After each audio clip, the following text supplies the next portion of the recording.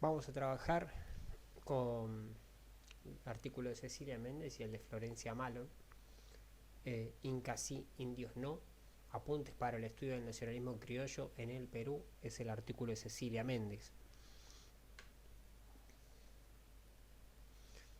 Vamos a ubicarnos en tiempo y en espacio. Básicamente el mariscal Santa Cruz es un general y además presidente de Bolivia en la coyuntura entre 1836 y 1839, y acuerdan con el presidente de Perú formar una confederación peruano-boliviana que lo que apunta es a reconstruir la estructura tanto del virreinato del Perú, si uno quisiera retrotraerse en el tiempo, y aún más el antiguo imperio inca.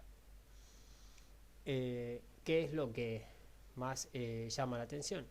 Y la idea de un conquistador indio contra el país de los incas. Este juego de palabras, de alguna manera, en el cual se pone Cecilia Méndez es muy interesante porque hay un uso de las palabras indio y de la palabra inca que tienen connotaciones muy importantes. Volviendo a la idea de reconstruir ese imperio, ese territorio, esa integridad territorial, hay también en el proyecto de Santa Cruz un intento por conectarse y vincularse con el Atlántico Norte, en particular por sus buenas relaciones con Francia y con Inglaterra, y por otra parte con Estados Unidos en plena época de lo que se conoció como la fiebre del oro, a la cual ya estaba aprovechando ese momento Chile. Se encuentra con una fuerte resistencia en Lima y en el norte peruano. Estas dos élites están estrechamente vinculadas al comercio con Chile. Pensemos, según lo que dijimos recién, que Chile se encuentra vinculado a la fiebre del oro en Estados Unidos, por lo tanto la incidencia de Chile en los intereses de la élite limeña y de la élite del norte peruano está vinculado a que no se inserten en esa competencia en la fiebre californiana, porque no le conviene, representarían un competidor. Por lo tanto, la alianza entre Chile y esa parte de la élite peruana hace de mucho y nos explica las coyunturas de cómo las élites se colocan y recolocan incluso en contra de sus propios intereses de largo plazo. La propuesta de Cecilia Méndez, esto se figura en una guerra ideológica. Esa guerra ideológica lo que permite es exteriorizar el racismo limeño. O sea, hasta acá la élite limeña no se plantea o no se propone como un sector racista. Pero esta coyuntura le permite sacar de algún modo lo peor de sí misma y colocar por enfrente esta ideología racista anti-india. Vamos a usar la palabra porque cuando desarrollemos el artículo nos vamos a ir dando cuenta que es necesario usar el concepto de indio para poder trabajar y comprender lo que está proponiendo Cecilia Méndez. Entonces hay una emergencia de una nacionalidad peruana, pero es una nacionalidad peruana basada en una ideología anti-india. Y eso anti-indio se refleja en la persona del Mariscal Santa Cruz. Mariscal Santa Cruz es hijo de una mestiza indígena y de un antiguo soldado del ejército de Sucre y de San Martín. O sea, tiene las glorias, de algún modo, si pensamos en esa lógica de sangres, tiene en su sangre indígena nativa, que lo convierte entre comillas en indio, y por otra parte tiene la parte patriótica de la independencia, de haber estado en las filas del ejército independentista. En esta guerra ideológica se impone una figura sobre Santa Cruz que es la figura del invasor, es la figura de un conquistador. Por eso ese mote de Alejandro de Huánuco, como burlándose de Alejandro Magno, lo mezclan con un guanaco básicamente, y esta cosa de la jeta del conquistador. Son los motes que le va poniendo un personaje, un publicista de la época, que vale recordar para cuando lleguemos más adelante en otro artículo, es el padre del futuro presidente de Perú. Entonces, esta guerra ideológica nos pone en evidencia un problema, que es el problema de que un indio, como podría ser llamado Santa Cruz, un indio que en la ideología, en la cultura de la época, debe ser ubicado como dominado, tiene una postura y quiere ser conquistador, según la lógica de los limeños. Por lo tanto, es un indio que intenta ser dominador, cuando en realidad su lugar cultural en esta sociedad es la de dominado. Hay una idea en Santa Cruz que es la idea de unificar los Andes. Santa Cruz inicia una campaña militar luego de que se lo solicite el propio presidente de Perú, con apoyo de los sectores liberales peruanos. Hay un nacionalismo peruano que se justifica a sí mismo en un pasado incaico y ve en Santa Cruz un indio invasor. La elección de Salaverry permite a este publicista, a Pardo, ejercer labores diplomáticas, a convertirse de publicista, de escritor de periódicos, a un diplomático que lo que va a hacer es ser representante en Bolivia, tratando de boicotear por todos los medios posibles la definitiva unificación entre Bolivia y el Perú. La sucesión de Salaverry, o sea, Gamarra, que es un sujeto que viene de una extracción mestiza, cual fue de alguna manera blanco de esas críticas anti-indias, pero que sí tiene un perfil autoritario y mucho más conservador, va a permitir, aún con esta contradicción, que Pardo siga en su lugar y siga trabajando para el gobierno peruano. Acá vamos a hacer un paréntesis por si alguno de los que ve esta clase no tiene la información suficiente sobre lo que necesitamos para comprender el trasfondo. ¿Quién se apropia de este pasado incaico? Por un lado, la historia escrita por los españoles, la historia hispanizada del mundo incaico, establece la capital del incanato en Perú. Por lo tanto, el imperio de los incas es el imperio del Perú. Algo que no está mal, pero que en realidad lo que hace es subestimar o poner por debajo un pasado más extenso.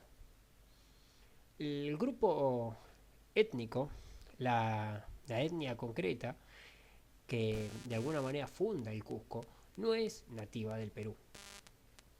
Originalmente ocupó Tiahuanaco. Tiahuanaco es una ciudad preincaica, llamémosla así, una ciudad preincaica que está a unos pocos kilómetros de La Paz, plena Bolivia.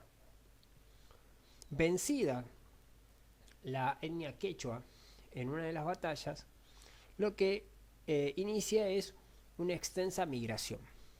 Y acá podemos entender, de acá en adelante lo que voy a explicar, nos va a dar para entender cómo prende el catolicismo o el cristianismo en la cultura incaica basado en esta parte de la historia incaica.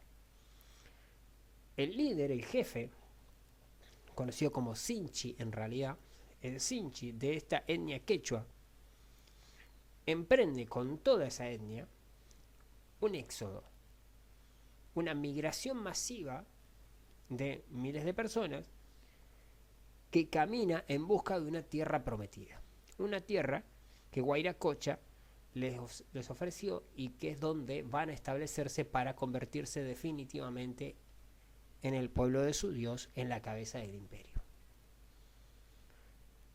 El camino es largo, hacen una parada importante en Copacabana, en lo que hoy es Copacabana, y de ahí en adelante el que los lidera es el sucesor de aquel Sinchi original, que es Roca.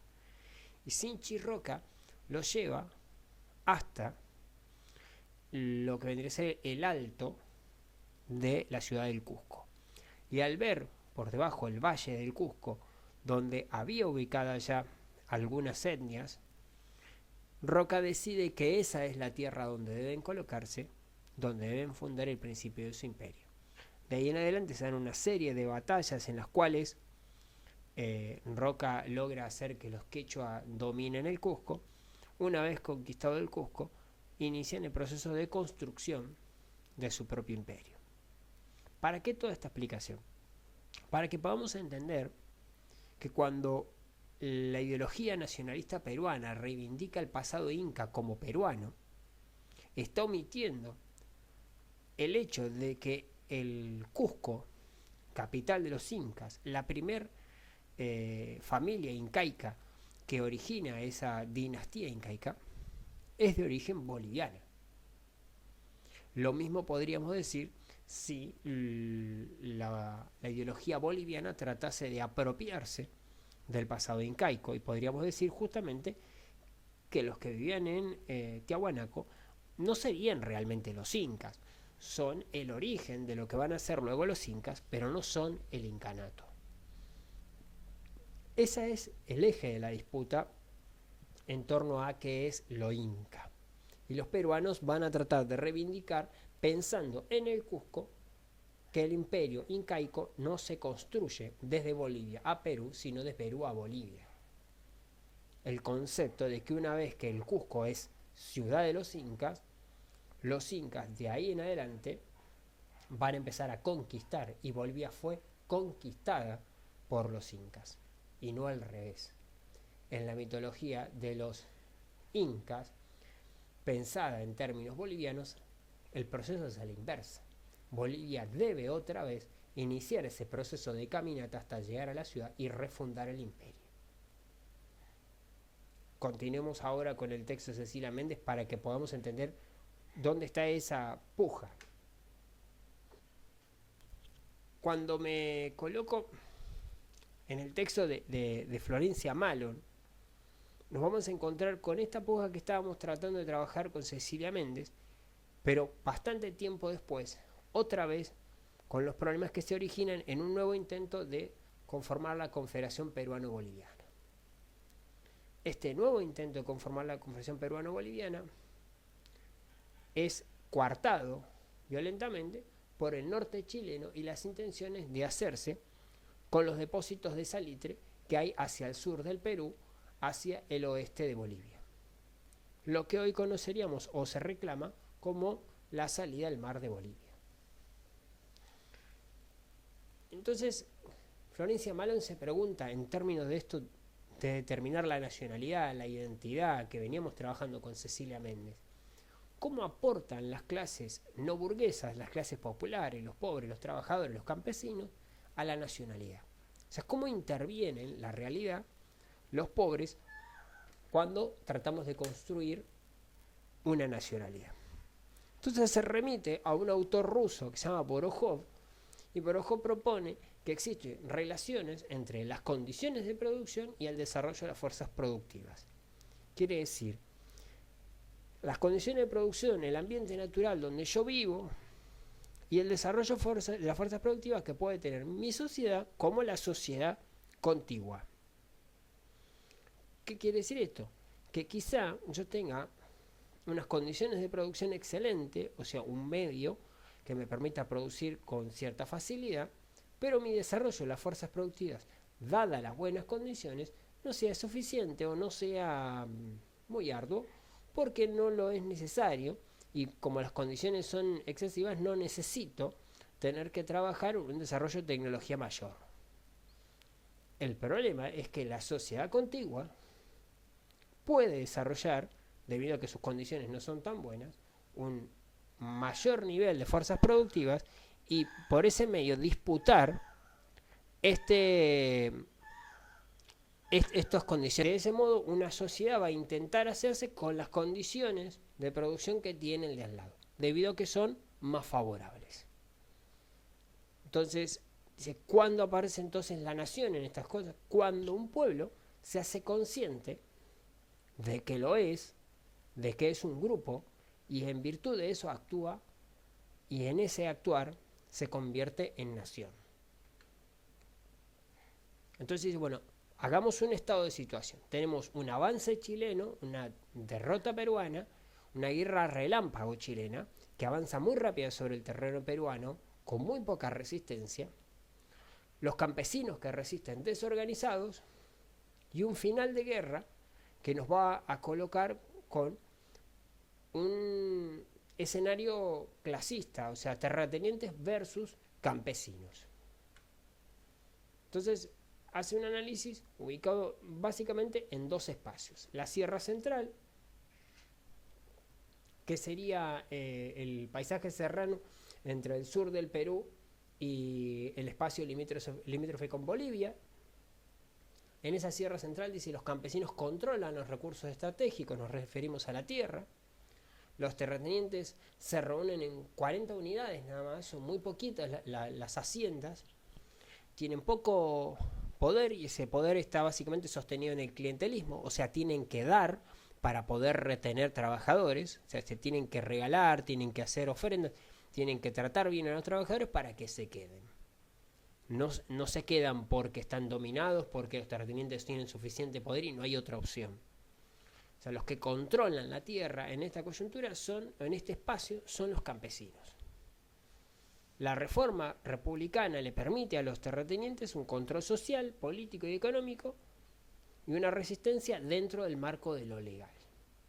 Pero la guerra, ¿sí?, hace que todo esto se trastoque, y Cáceres, un sujeto que de algún modo lidera ese movimiento de resistencia nacional, no piensa en términos de lo que hasta acá se viene viendo, sino que busca una manera distinta de reunir los intereses de todos.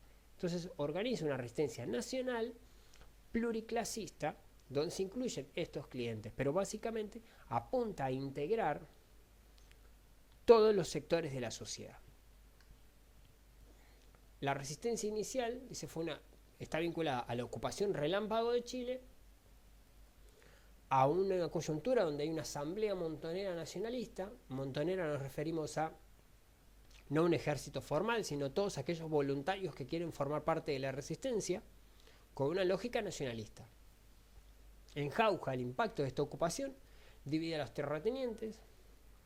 Los terratenientes en esa coyuntura tienen miedo a que los indios se rebelen, de hecho porque no tienen gran poder sobre los indios en esos sectores, y los campesinos tienen miedo a los chilenos.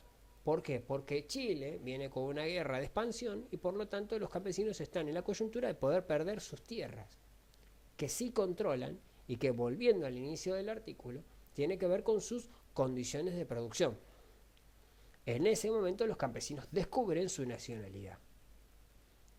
En defensa de su sustento, en defensa de la tierra que les da de comer, se convierten en nacionalistas. En 1882, el grito de Montán, de alguna manera lo que hace es una rebelión masiva, y esa rebelión masiva lo que va a hacer es retroceder al ejército chileno y ir en busca de procesos de paz. En la Sierra Norte, si rebobinamos al texto de Cecilia Méndez, sabemos que en la Sierra Norte es donde está el sector más retardatario, mucho más conservador, vinculado a la élite de Lima.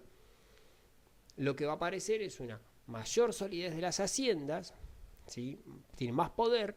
Su poder está básicamente en que los hacendados son dueños de casi todas las tierras, y el campesinado es un campesinado básicamente que vende su fuerza de trabajo y que ha sido cooptado de alguna manera por los hacendados por alguna serie de favores, pero que se estructura básicamente en el acceso a la tierra. La resistencia la lidera Pierola, que en medio de la invasión abandona Lima y se estableció en Jauja para organizar la resistencia. En esa resistencia lo que busca es reunir a la mayor cantidad de estos hacendados, que son quienes pueden de algún modo movilizar a los campesinos vinculados a sus tierras. Se inician actos de guerrilla, básicamente Becerra es el que los organiza, y esos actos de guerrilla los manejan trabajadores del comercio, campesinos, artesanos. ¿A qué nos referimos con acto de guerrilla? No hay un enfrentamiento frontal al ejército chileno, sino ataques aislados y en emboscada contra el ejército chileno, porque un ejército formado y educado como el chileno frente a una montonera desordenada debía ser inevitablemente una masacre. Por lo tanto, lo que necesitan es el descuido del ejército chileno para poder atacarlo en una emboscada y retener la mayor cantidad de armas y obtener la menor posible número de bajas en sus propias filas.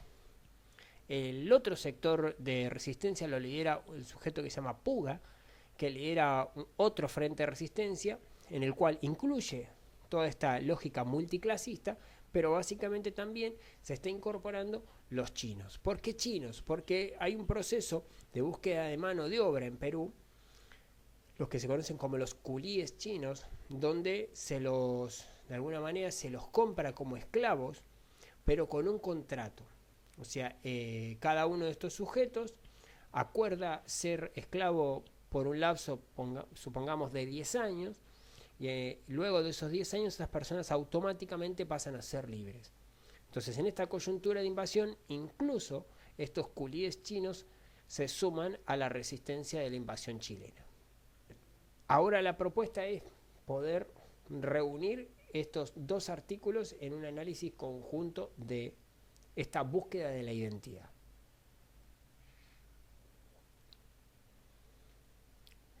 Desde la lógica limeña voy a tratar de construir una identidad frente a un invasor que lo representan en Santa Cruz.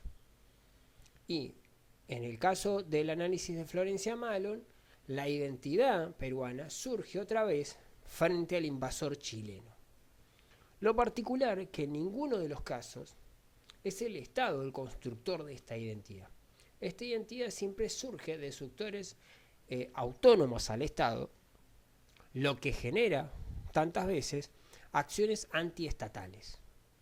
¿Por qué? Porque si es una élite la que resiste una supuesta invasión de Santa Cruz y es el presidente el que apoya la llegada de Santa Cruz, si es la élite limeña la que hace oídos sordos a la invasión chilena y son los campesinos, algunos terratenientes, el comercio, incluso culíes chinos los que defienden el territorio peruano, la lógica es que en ambos casos el gobierno, el Estado peruano, no tiene una identidad nacional.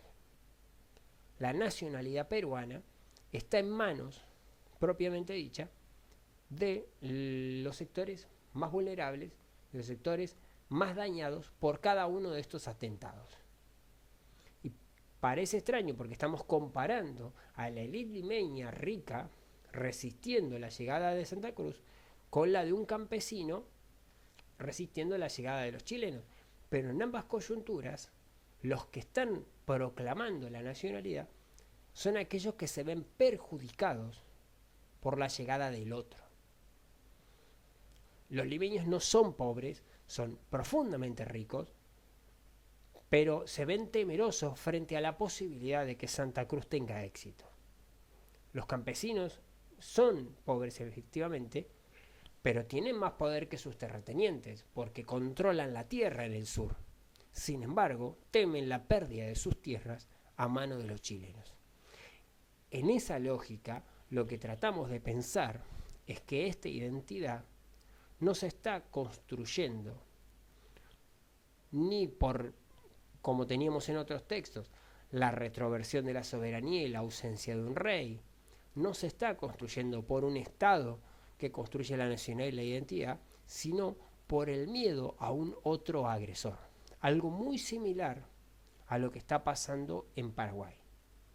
Hay un otro que potencialmente agrede mi nación y me permite construir una identidad entre nosotros que hasta ese momento nos sentíamos como personas distintas. Y ahora nos sentimos paraguayos o peruanos.